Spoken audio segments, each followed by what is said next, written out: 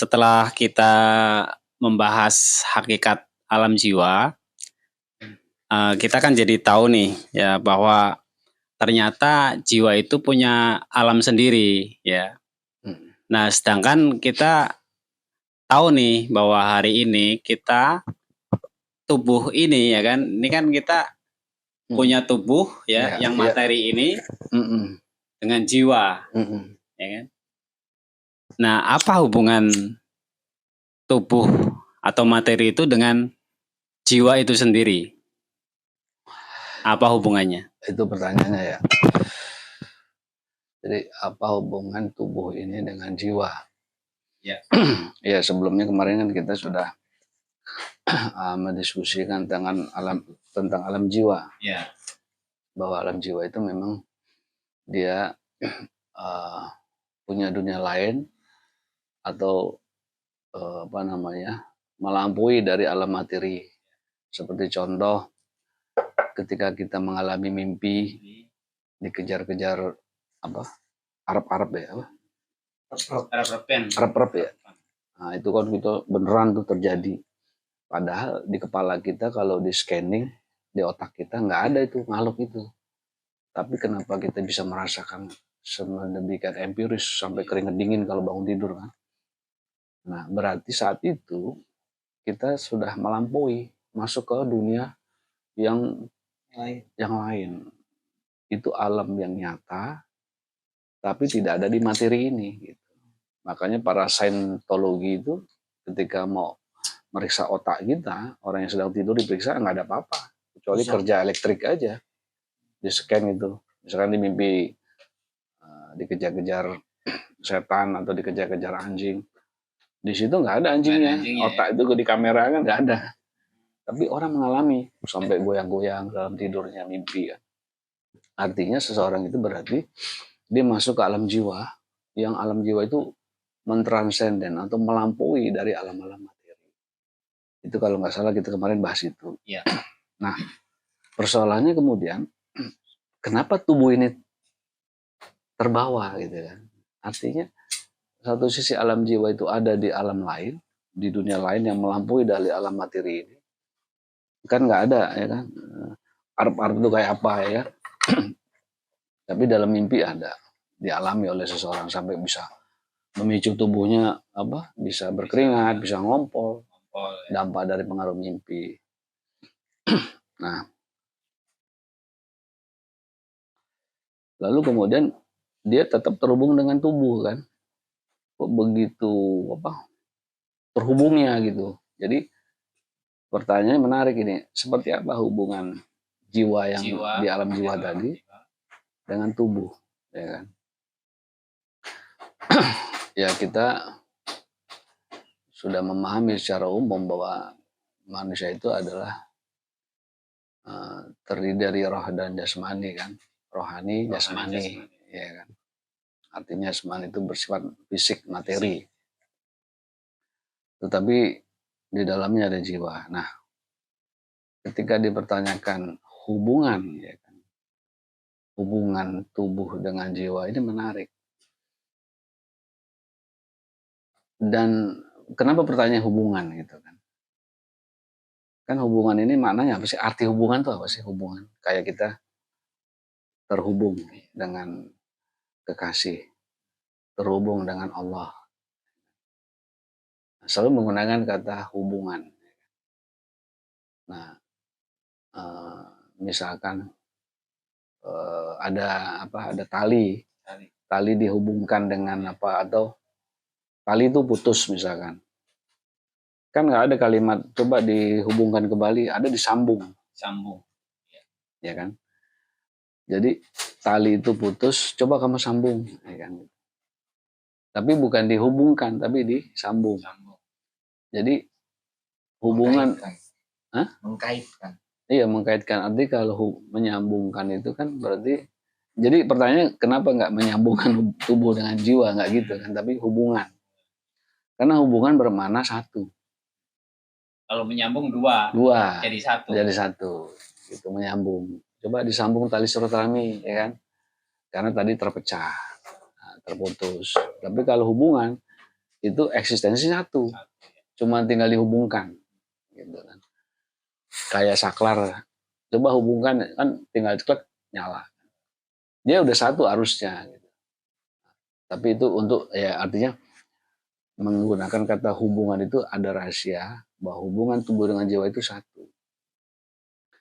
Nah, para pemikir terdahulu atau para filosof terdahulu itu menjelaskan hubungan jiwa dengan tubuh itu, mereka beranggapan seperti hubungan nahkoda dengan kapalnya. Nahkoda dengan kapalnya.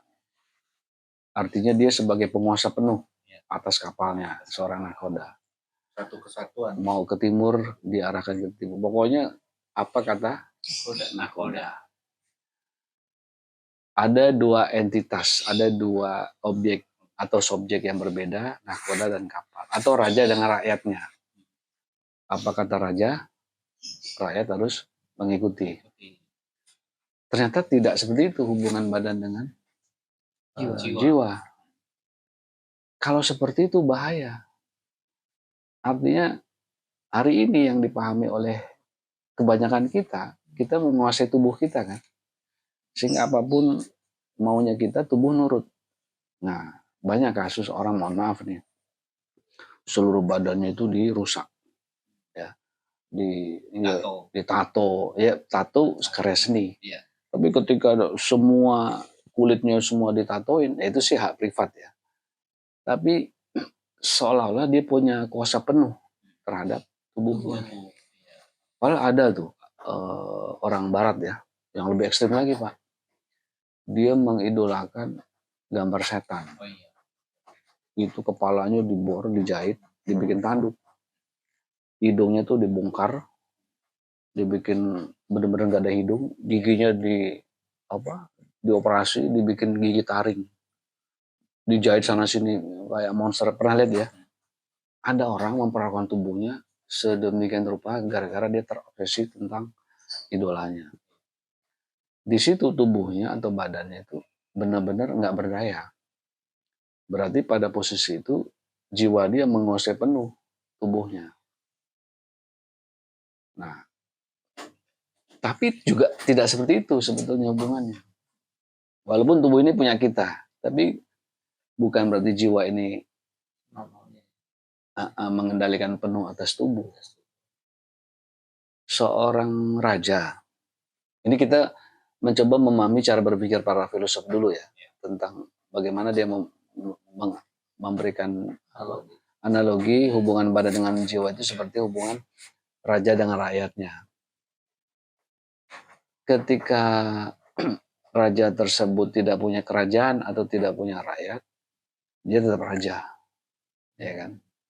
Ketika nahkoda tidak punya kapal, misalkan kapalnya hancur, dia tetap nahkoda, tapi tidak punya hubungan lagi dengan kapalnya hancur. Kalau raja tadi rakyatnya udah meninggalkan rajanya. Karena ada dua entitas tadi. Ada dua entitas. Jadi dengan kata lain, hubungan badan dengan tubuh itu bukan perjodohan dua entitas, bukan. Tapi hakikatnya satu. Nah, bagaimana menggambarkan, menganalogikan hubungannya tubuh dengan jiwa itu satu? Ya sebetulnya banyak contohnya, seperti misalkan kalau kita berdiri di pinggir laut atau di pantai, kita lihat samudra lautan. Lalu kita juga ngeliat ombaknya kan. Laut itu yang empiris. Nah, ombak juga empiris juga, nyata terlihat oleh mata. Tapi ombak itu ada laut, ya kan? Nah, ombak itu yang membuat laut itu hidup. Seandainya nggak ada angin,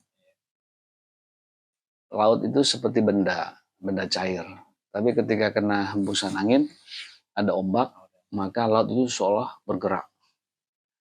Nah, ombak itu tubuh, laut jiwa, gitu. Itu seperti itu. Jadi hubungannya satu, bukan dua entitas. Apalagi misalkan ini apa, orang main apa, gitar.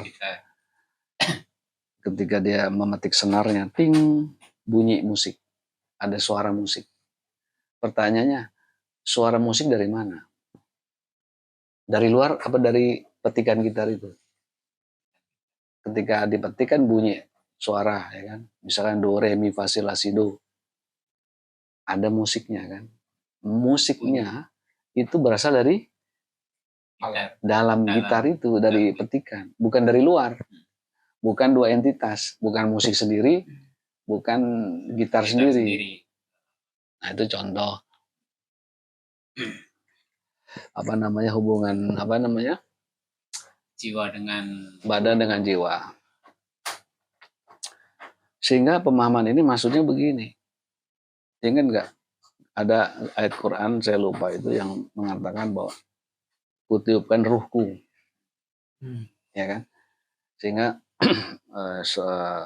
janin bayi itu dikatakan manusia ketika kurang lebih di kandungan ibunya itu sekitar berapa minggu gitu ya, 80 hari. Ya saya lupa itu definisinya, apakah sudah 4 minggu atau apa, disebut manusia kan, atau ditiupkan ruhnya.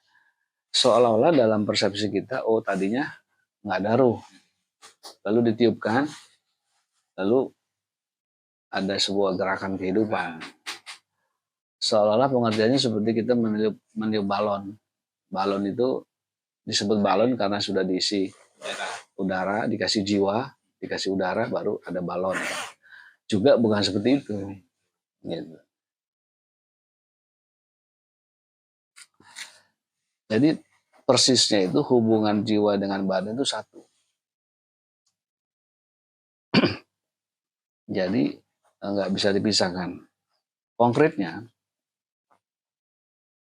jiwa itu adalah entitas yang sesungguhnya. Nah, tubuh itu adalah apa, wujud yang rendahnya. Jadi jiwa wujud yang tingginya, tubuh rendahnya. Maksudnya gini,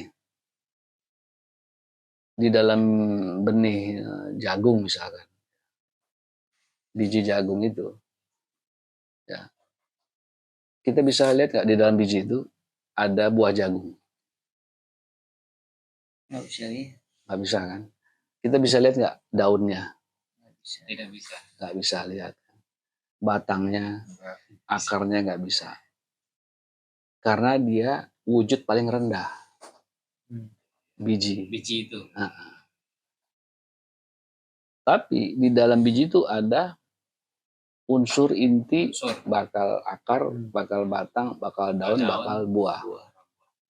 Maka tubuh yang masih biji itu wujud yang paling rendah. Tapi sudah include. Sudah include di dalamnya. Artinya sifat tumbuhnya ada, dan sifat berkembangnya ada, sifat berbuahnya ada. Maka ketika dia sampai setelah ditanam, maksudnya di usia tertentu sudah dianggap layak, maka dia kemudian berbuah. Nah, yang dibutuhkan kita kan buahnya nih. Ya. Maksudnya si biji tadi ketika sampai usia dewasanya dia berbuah. Maka buahnya itu adalah puncak dari dirinya yang semula paling rendah menuju sempurnanya, yaitu buah. Atau yang paling tinggi. Nah buah yang kita tunggu-tunggu untuk dipanen itulah dalam makna sesungguhnya itu jiwanya. Jadi jiwanya si benih tadi itu buahnya, sementara si bijinya itu masih tubuhnya. Gitu. Bisa dipahami nggak tuh Pak? Jadi satu identitas, nggak terpisah. Atau sama dengan api dan cahaya. Nah, api dan cahayanya api. Jadi nggak mungkin ada cahaya tanpa ada api. Api itu jiwanya, cahaya itu tubuhnya. Sama seperti itu, tubuh dan jiwa itu. Ini korek. Ya kan? Ini kalau dimatiin kan ada cahayanya. Ini kalau dimatiin lampu ada cahayanya. Ketika mati cahaya hilang. Artinya cahaya yang kita butuhkan cahaya, kayak lampu ini cahaya. Itu tubuhnya. Jiwanya adalah sinarnya itu. Kalau api, apinya itu. Jadi antara cahaya dan api nggak bisa dipisah. Tubuh dan jiwa nggak bisa dipisah. Sampai di situ. Maksudnya bicara hubungan. Hubungan hubungan tubuh dengan jiwa nggak bisa dipisah karena satu. Hubungan langit dengan bumi itu soal jauh kan? Jauh. Itu kan satu. Bahkan dalam Quran atau hadis itu dulunya satu langit dan bumi kan. Gitu. Biji ditanam di bumi, muncullah buah. Gitu. Intinya hubungan jiwa dengan tubuh itu hubungan satu dengan dirinya itu sendiri. Bukan dua entitas yang berbeda. Nah, hanya saja berangkat dari materi, maka dia kemudian terus bergerak menyempurna di dalam spiritual. Nah, spiritual disebut jiwa. Jadi manusia berasal dari materi. Ya kan? Perjalanannya kemudian dia menyempurna sampai menuju kepada kesempurnaan akalnya. Jadi puncak perjalanan manusia adalah menuju kesempurnaan akalnya. Itulah jiwa yang sesungguhnya. Semestinya gitu. Jadi tubuh ini cuman sebagai cangkang. Casing. Ya. Tapi hubungannya nggak bisa dipisah. Karena kita bisa melihat seseorang kan dari cek casingnya kan. Nah, tapi di level tertentu, ketika sudah kuat jiwa seseorang, di spiritualnya tinggi, maka dia bisa melepas ke tubuhnya. Yang disebut dia menjumpai hakikatnya. Atau yang kita kenal sehari-hari kematian menimpa seseorang, lepas dari tubuhnya. Jadi hubungannya bisa lepas. Artinya dia sampai kepada kualitas sesungguhnya, substansi dirinya itu. Nah, bagi orang yang beriman, maka dia akan menemukan dirinya yang beriman bersama dengan orang beriman.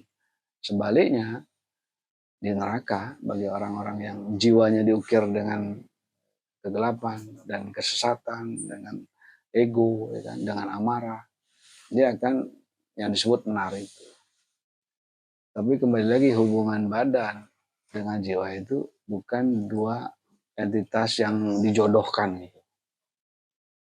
Berangkat dari materi terus menyempurna. Jadi kita ini disebut kita atau jiwa kita ya setelah kita dewasa atau sudah memahami ini baik ini buruk.